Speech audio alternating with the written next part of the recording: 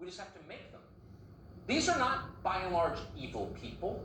Mike Braun is not an evil person. Despite the way they talk, they're not secretly working for the other side. Most of them are just empty, sad people. And politics is the way they fill the yawning void inside where a personal life should be. They're pleasers. They're searching for the approval of strangers. Our job is to give them clear instructions about what we want.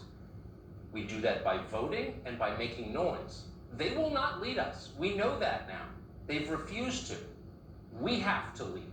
And when we do, they will follow. Johnny Burke is the executive director of the American Conservative Magazine. We're happy to have him on tonight. Johnny, thanks so much for coming on. So the Republican Party got a really clear message, I would say, in 2016 when Donald Trump came from nowhere and took it over, that they need to reorient and become the party of ordinary people, of all colors, middle-class people. Why didn't they do that?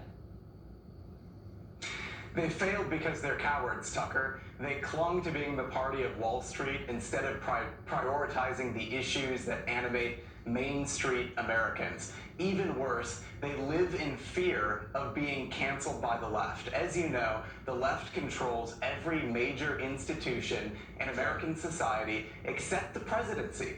And Republicans are deathly afraid of offending the sensibilities of the left. And the left sets the term for every major debate in American life, especially on issues of race that are currently dividing our country. And instead of engaging on new terms, Republicans try to please the left, and they end up looking awkward and insincere. So if Republicans care about ordinary Americans, both white and black, but specifically about the black community, and want to be taken seriously, they need to dispense with the language of identity politics altogether and fight for the issues that they know how to talk about. And these are the issues they can be fighting for, Tucker.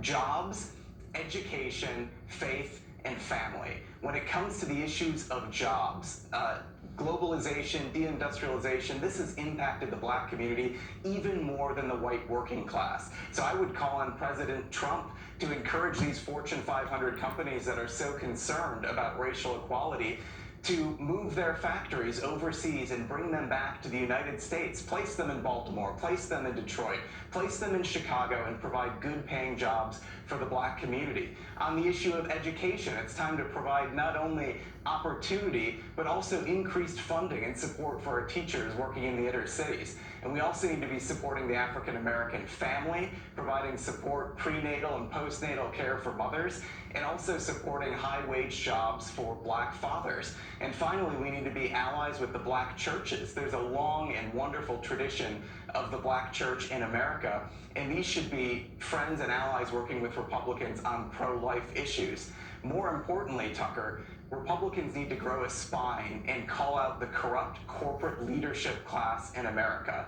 I'm thinking in particular of people like Tim Cook and Apple. Apple has pledged over $100 million to fight for racial equality since the death of George Floyd, and they've paid lip service to racial equality, but they've done nothing to address the business practices and the policies they support that hurt the black worker, specifically offshoring jobs to China and importing low-wage labor that competes with black Americans.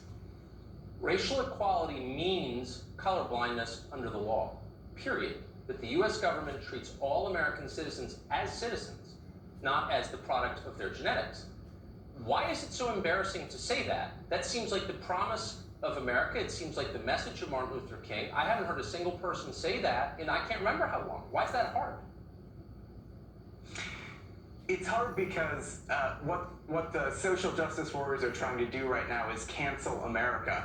But what we know, if we look back at our American history, despite the fact that we have sins in our past, we also have a great tradition of justice and equality that goes all the way back to the Declaration of Independence and the work of great men like Frederick Douglass. And it's time that we reclaim that tradition and say that if we want a more just and more equitable society, we don't get that by canceling America. We get that by rediscovering our great traditions and teaching them to the next generation. Yeah, and our greatest is equality under the law, period. Doesn't matter who your parents were, period. Johnny, thanks. I appreciate it. Thanks, Tucker.